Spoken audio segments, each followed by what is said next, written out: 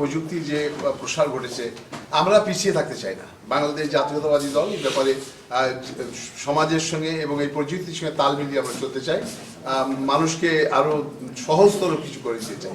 সেই জন্য যে স্মার্ট যে ভোটার স্লিপের যে বিষয়টা এসছে, এখানে আমরা জানেন যে ভোট ফর অমিত যে আমরা ইয়েটা তৈরি করেছি অ্যাপসটা, সেটার মধ্যে দিয়ে মানুষ তাৎক্ষণিকভাবে একজন বিড়ম্বনায় যাতে না পড়ে, যাতে ভোট কেন্দ্রে যে আমাদের ভোটার স্লিপ বা ভোটার নাম্বার পাওয়ার জন্য বিড়ম্বনায় পড়তো, অনেকে বিব্রত হতো, অনেকে ভোট দিতে যেতেন না, অনেকে ওই মানে বিভিন্ন ভিড়ের কারণে চলে যেত।